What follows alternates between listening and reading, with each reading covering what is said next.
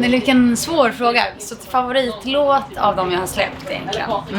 Alltså på många sätt så är ju Hold Me Closer en favorit. Men om jag skulle tänka på någon förutom den så skulle jag nog säga Locked Into You som är en av mina favoriter. Och jag undrar om det är för jag vet, det är någonting med den som känns så himla som idyllskänsla. Den skrev jag och en kille som heter Emil Gustafsson, ett ex till mig som vi skrev den när vi var tillsammans. Och den kom väldigt sådär naturligt. Han var duktig på att skriva på gitarr. Jag tror att man kom till på vardagsrummet eller något sånt. Sådär, starta på det och sen så jobbade vi vidare i studion. Så. Men naturligt, ganska sådär naturligt faktiskt.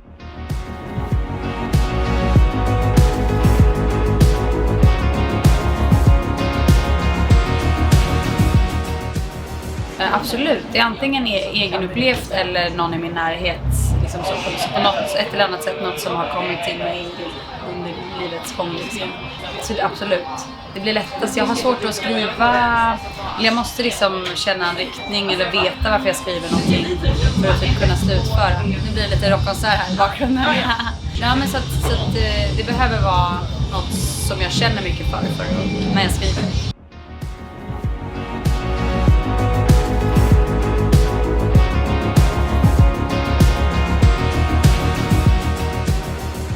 Vilken bra fråga. Kanske Weight of the World är en av mina favoriter faktiskt.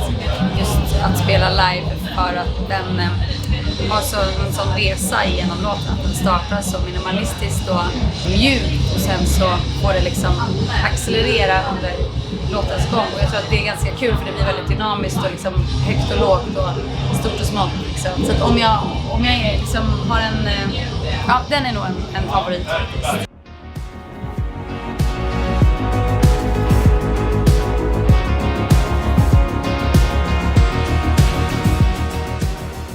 Jag hade gärna samarbetat med någon annan artist. Jag tror att generellt så tycker jag om sånt sker ganska naturligt. Alltså att om man i så fall träffar någon som man känner att gud, vi hade bra flow ihop, vi tyckte om varandra och att det kommer av den kreativa processen det kommer att man säger så här, fan ska vi skriva ihop eller ska vi göra något ihop?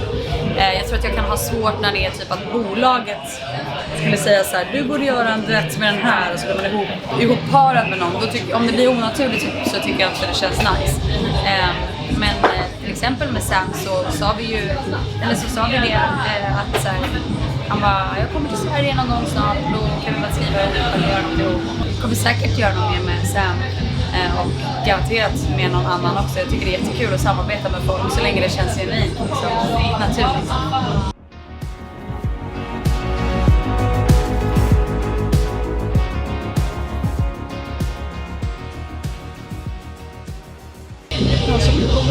Precis, man ska tänka lite.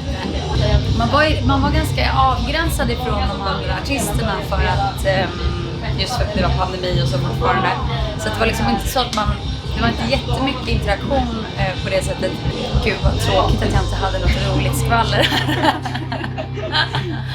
Nej, alltså det var ju det roligaste jag kan komma på är bara att det var.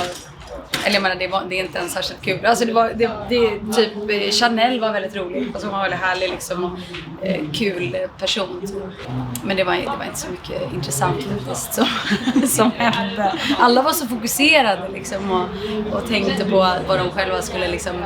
Det är en sån speciell situation att alla är lite sådär i ett parentesläge. Man är inte sådär, man har inte så mycket tid och energi att typ omkring och vara lite minglig och härligt att alla är lite så inne i sin bubbla.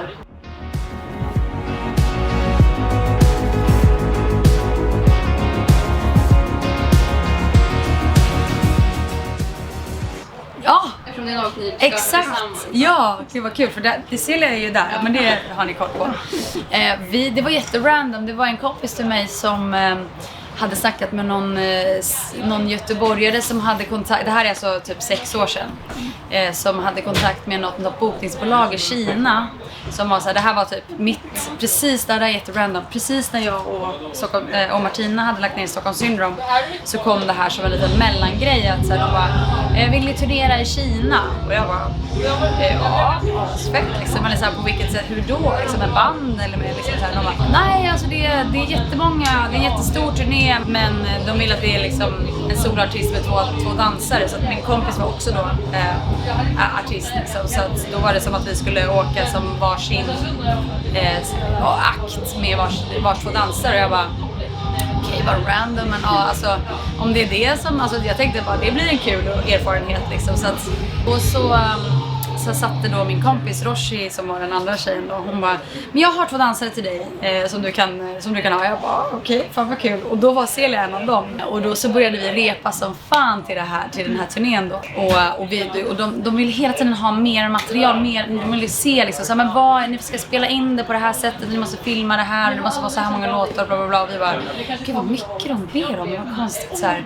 Men ja, vi gör väl det liksom, om det är det som krävs för att vi ska åka på den här turnén. Och det var liksom ganska vältalt och så här, så att vi var så här, men fett. Sen gick liksom månaderna och så efter ett tag jag frågade Roshi, var du den här göteborgaren som du liksom har kontakt med? Får jag numret till honom? För att liksom jag kände bara, det är något som känns lite off här. Och så ringde jag och pratade med honom och bara, du alltså, varför behöver de så här mycket material? Liksom, började ifrågasätta lite. Och han bara, nej men de behöver det för att sälja in turnén. Jag bara, vänta, stopp. Sälja in? Ni har liksom sagt att det här är en turné som är bok. Alltså ni har liksom, det här är, du vet, jag bara, vadå, så det finns ingen turné än? Nej. Utan vi ska bara, jag bara, åh herregud, du vet, då har vi lagt ner så mycket tid och du vet, lovat, eller så här, du vet, vi har ju så här, lovat, men vi har sagt, ja det är det här och det här som gäller och det här är gagerna och bla bla bla. Och så finns det ingen turné. Alltså, och jag bara, åh herregud. Och så hur ska jag säga det här till mina dansare som har jobbat dag och natt. Och du vet, det är så här deadlines som uppenbarligen inte finns. Alltså det var så kaos. Och jag bara var tvungen att berätta då för Celia och Emilia som jag hade jobbat med då, i dag och natt i flera veckor. Jag bara, hörni, jag är ledsen, men den här turnén, det är liksom en bluff. Och de bara, nej.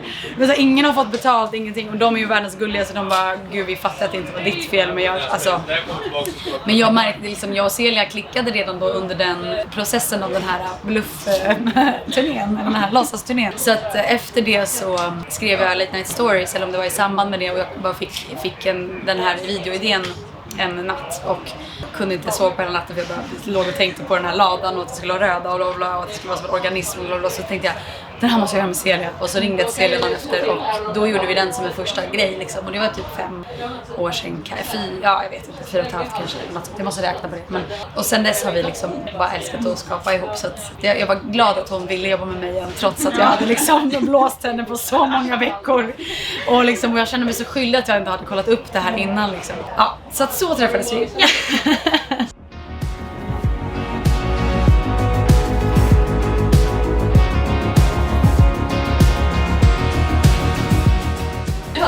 Gud vad roligt. Nej, skojar du? Nej, hon är 64. 1,60. Vad gissade ni då? Jag sa 1,61. Och du sa? 1,62. Ja, jag är faktiskt 1,63,5. Ja. Ja. Och en halv. Ja, den är viktig. Jag tror till och med i mitt pass tror jag att det står 1,64 för att jag liksom sträckte på mig lite extra. Jag är inte 1,64, jag är verkligen 1,63,5. Ja. Gud vad roliga det är som har gissat. Men det är verkligen alla undrar. Va? Och det är någon hemsida som jag såg 1,68. Vi bara nej. No. Nej. Nej, jag är ju ganska kort. Gud vad kul. Gud vad random grej. Det hade jag aldrig kunnat gissa att det skulle vara en fråga. Ja.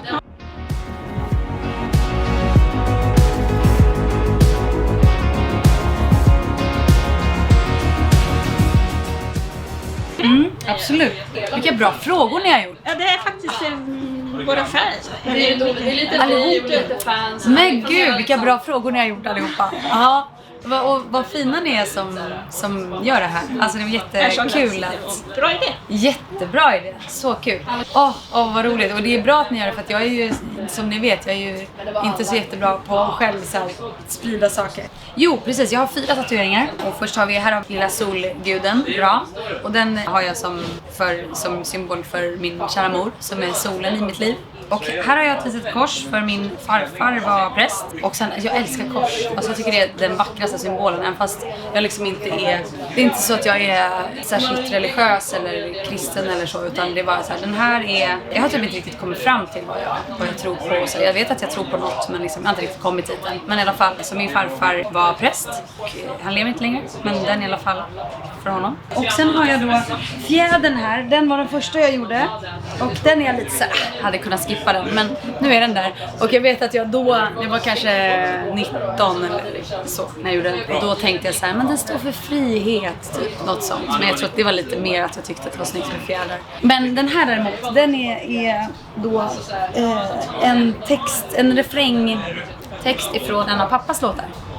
Som är min liksom favorit av deras, när han spelar, eller, de har ju lagt ner Poodles nu, men de släppte ganska många album och då har de en låt här som heter Love is all, och den tycker jag är så himla fin. Det är jättefin text, så då tog jag den, hela den refrängen liksom, och han blev ju jätterörd. Han bara tyckte det var så fint. Men ja, ska vi se om jag kommer ihåg den i huvudet, för det är nästan omöjligt att läsa för det är jättesvårt, men det är no truth, no religion, no oath you are given, no knowledge of history can make you reveal our mystery, and no faith and no writing, no law and no fighting, no decree or no hidden sign can make us deny we are one and love is all. Så det är en liten sån så här väldigt fin mening, lite som att så här, det spelar ingen roll vad vi tror på eller vart vi kommer ifrån eller vilka vi är. Vi är likadana, eller liksom, vi är ett och kärlek är allt. Och det är en jättefin, det är en sån fin text, och så är det på en sån liksom ganska mörk och cool rocklåt liksom. Men den är lite mer subtil än de andra Poodles-låtarna kan vara ganska så här, mycket hårdrock, men det här är lite mer så här filmiskt typ, vilket jag gillar. Den är jättefin.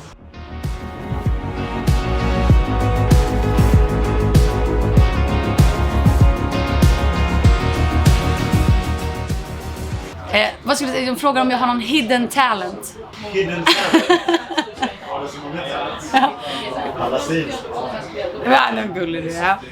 Ja. Celia, om du skulle säga, har jag någon hidden talent, frågar de här. Vad skulle du säga då? Second hand fynda, det är det du vill säga. Ja, just det. Ja, men det är bra, brorsan. Baltasar tycker second hand fynda. Vad tycker Celia? Som folk inte vet om att jag är talangfull i. Det finns så otroligt många. Nej, men du har ju massa litet. Jag kan inte komma på det enda du. Nej, exakt. Det är det. Så starka var de kanske inte riktigt. Det är i alla fall inte att hålla ordning hemma. Eller nej. Men alltså en hidden talent, eller hidden, du är ju en hoarder. Ja, tycker jag. Så, alltså, Jag vet inte om man skulle säga att det är en talang att vara en hoarder. Det är en talang att spara så mycket bra, alltså det är bra grejer. Det är sällan det är dåliga grejer. Skulle man prata med Isa om den här hidden talenten som då jag och David skrev låten med, så hon vill ju påstå att jag är en hoarder på ett dåligt sätt. Hon blir orolig. Men Celia tycker att jag är en hoarder på ett bra sätt. Och jag vill ändå påstå att jag håller med Celia där. Att det är bra att spara på vissa saker för att helt plötsligt kommer det till användning. Till exempel den här shortsdressen som jag hade på Allsången nu. Den har legat i min garderob i 4-5 års tid, aldrig använt. Varit på väg att slänga, sen bara, men jag känner ändå, kanske kommer det komma ett tillfälle. Och se man. Ja, men det är väl kanske en någorlunda hidden talent. Men Men kan du göra något tricks liksom? jag kan ju jula och sånt. Du kan göra bakåtvolt Från bryggor. Ja, men precis, jag är lite akrobatisk för mina gamla gymnastår. Jag är skitbra på att massera. Vad är det för blick? Har jag någonsin masserat dig, Celia? Jag är otroligt bra på att massera. Ja, tack. David håller med. Celia, du kan gå hem. Jag ska inte göra reklam för den här. Man mår skit av de här, drick inte dem. Jag gör det bara för att det fanns inget annat.